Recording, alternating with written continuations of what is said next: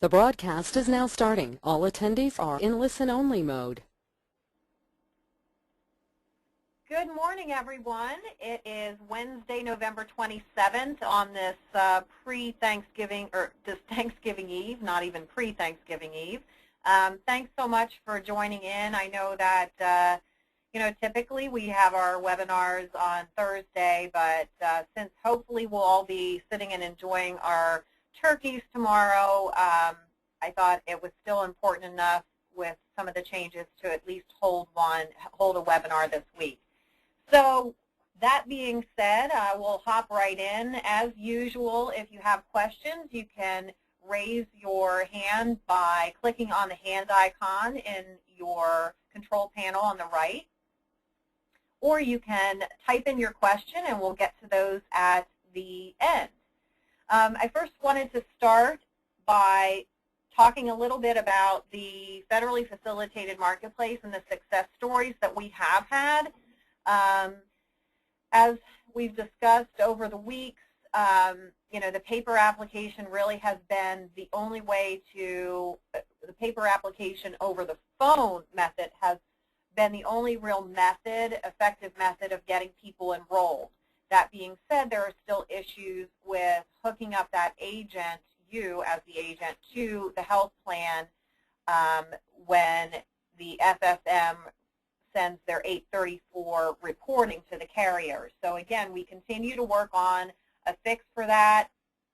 I would just ask again that all of you, if you're doing over the phone applications, that you have your client sign and date the Appendix C with your information on it, just as reference. And if any application ID is given, please make note of that on that Appendix C, as well as the date of your call and the health insurance marketplace worker's name that actually took your call, and of course the time of the call. I just think that it's best that we keep records so that we can go back and claim those cases if there is an issue. The success stories are that NAHU has actually worked with, the National Association of Health Underwriters has been working closely with the HHS, and HHS asked for several agents and agencies to do a pilot sort of testing program with enrollment on Healthcaregov. And I reached out to several of my agent partners and was able to, on Monday, actually log into healthcare.gov, do a three-way webinar with the agent partner and his client and myself, and we were actually able to enroll a person from beginning to end, create the account, enroll them on healthcare.gov. They were then able to get the subsidy determination right away, their plan choices right away. We were able to make the plan choice and click enroll in that plan. The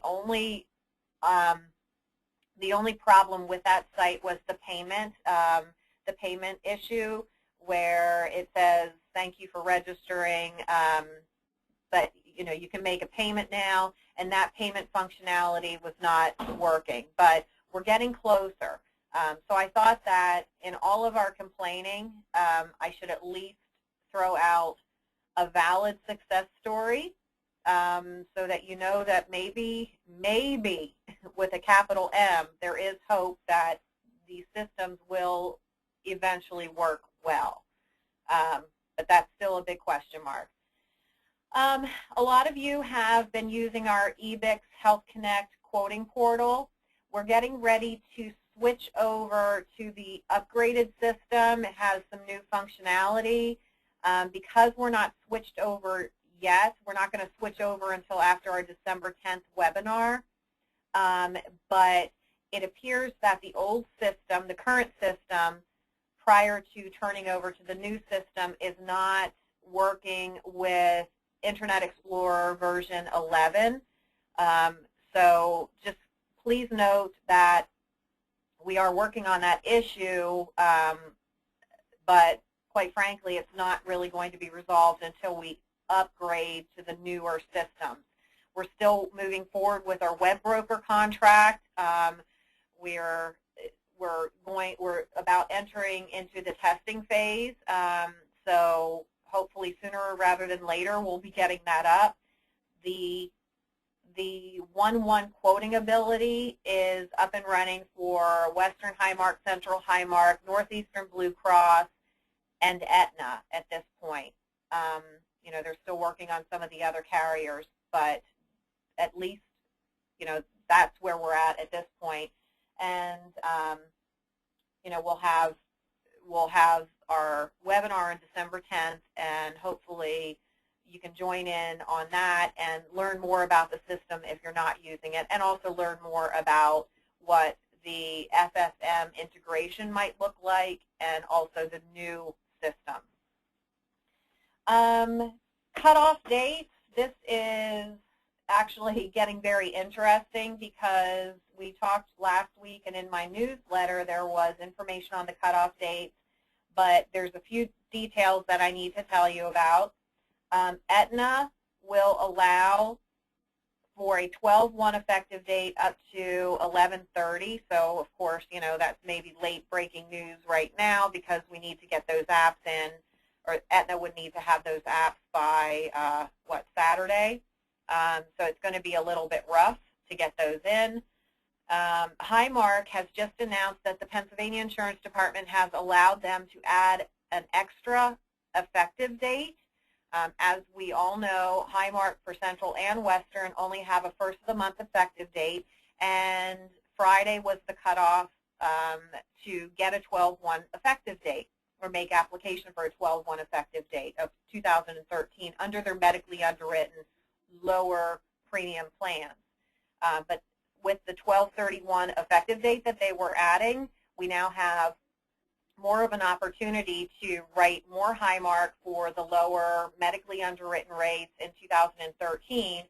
The cutoff for a 12/31 effective date with Highmark is 12/15. So again, if you have any clients that are entertaining the idea of getting in while the getting's good for 2013, this just opens up another opportunity. Cap Blue Cross is still 12/6 cutoff for a 12/15 effective date.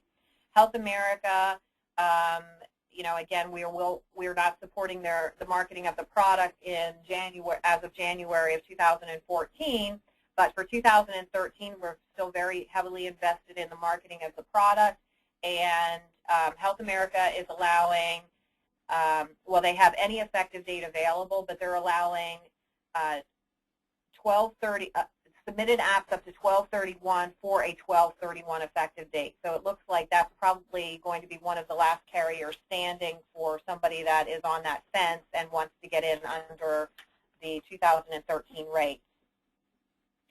There has been an extension granted by HHS for a 1/1/2014 effective date, and normally what they were advertising was that the application had to be submitted and a plan chosen, payment made by 12/15 to secure a 1/1 effective date, but they've extended that by a week, so 12/23 is the new cutoff for securing a 1/1 effective date.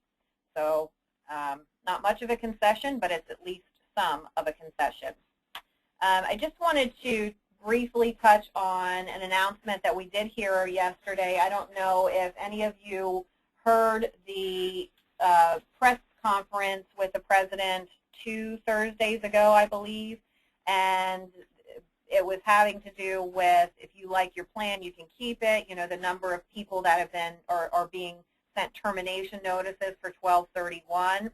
The governor, well, the President said that he's going to allow extension of these plans, but he's going to defer that decision to the respective states' insurance departments.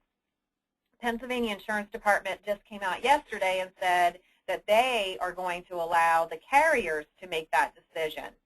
So for the most part, the termination, 1231 terminations are really tied up with the guaranteed issue programs that the Blues currently offer. And I did hear back from a couple of the Blues. I've not heard from Highmark yet, but Capital says that they are extending the special care for 3 months. So they would, the special care, which is an income-based guaranteed issue product, is going to be extended for until 3/31. So 3/31, they would have to make a choice to an ACA plan. And all of the guaranteed issue programs that are set to terminate 12/31 are still going to terminate 12/31, again, except for the special care. It seems that NEPA is coming out with the same approach. Their special care members only are going to be able to keep their existing coverage through June 30th of 2014. So again, that's something that you don't have to deal with at this point.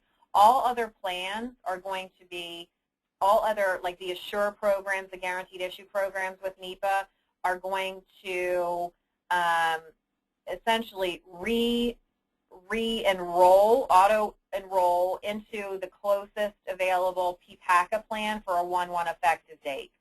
So for your Assure, your guaranteed Blue Care Assure, you may want to reach out to these people and see if you want to get them into an ACA or a PPACA program for 1/1, because if you don't reach out to them, they are going to be essentially just auto-enrolled into a PPACA plan that's closest to their Blue Care Assure program without an agent, mind you. So that is all I have on the extensions, and I did have some submitted questions. I'll just go over those briefly, and then we'll get to any of the submitted questions that you have during our open forum. I did get some questions from Gregory, and the first question is cost-sharing reduction, which is the cost-sharing reduction for people with income below 250% of the federal poverty level. He's asking if that's only available for silver plans only. And no, the cost-sharing reduction plans are available for silver plans, gold, and platinum, if available, but not the bronze or, of course, the catastrophic.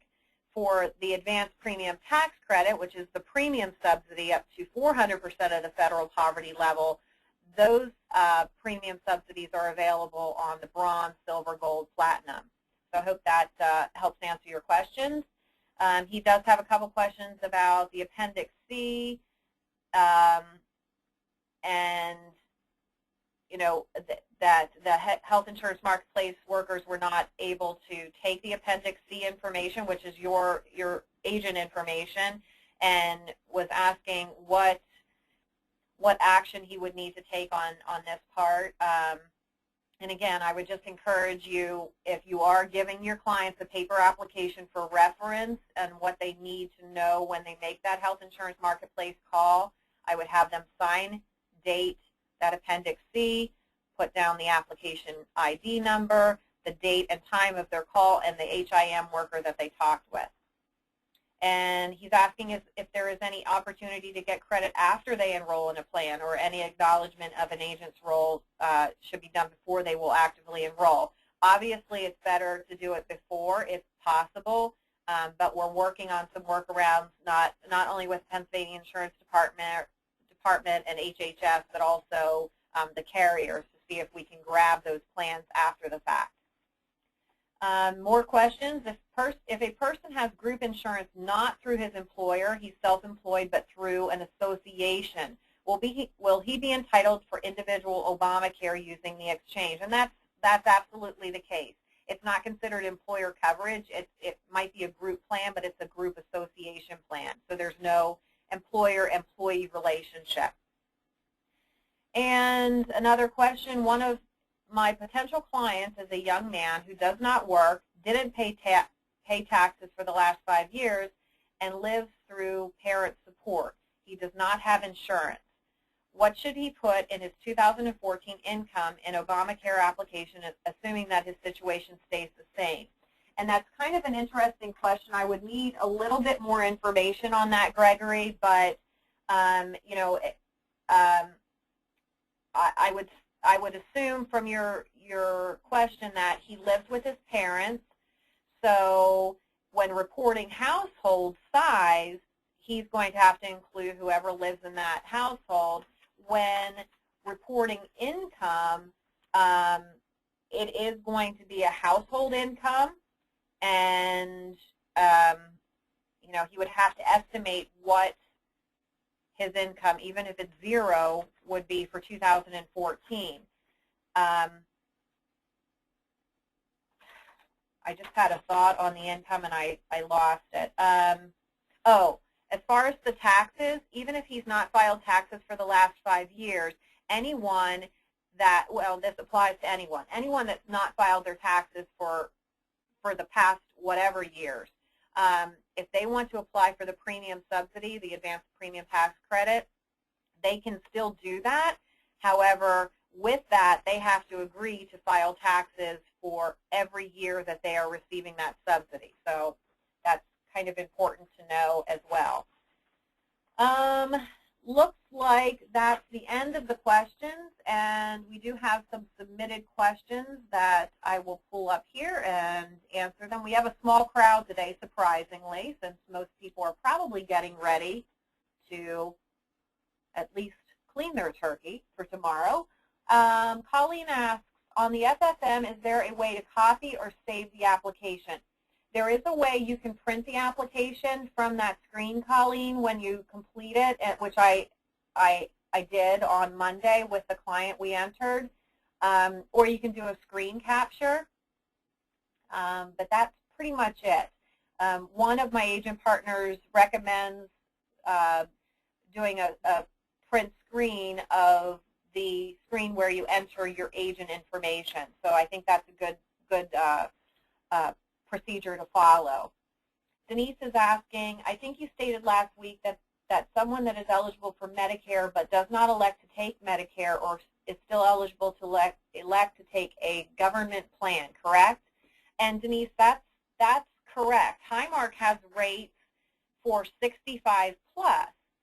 So, you know I'm Johnny come lately to the party, but it made me wonder why they were advertising 65 plus rates. And the answer I got from Highmark is that if somebody is not eligible or enrolled in Medicare, then they're above 65, then they are eligible to make application either through the exchange and get a subsidy, or outside the exchange and just get a PPACA plan.